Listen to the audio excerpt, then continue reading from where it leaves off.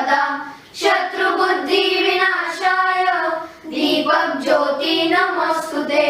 दिव्या दिव्या दीपत्कार कानी कुंडल मोतीहार दिव्याला पाहून नमस्कार दिवा लावला देवापाशी उजेड पडला तुळशीपाशी माझा नमस्कार सर्व देवांपाशी तिळाची तेल कापसाची वात दिवा जळू दे सारी रात घरातली पिढ बाहेर जाओ बाहेरची लक्ष्मी घरात येऊ घरच्या धनाला उदंड आयुष्य लाभो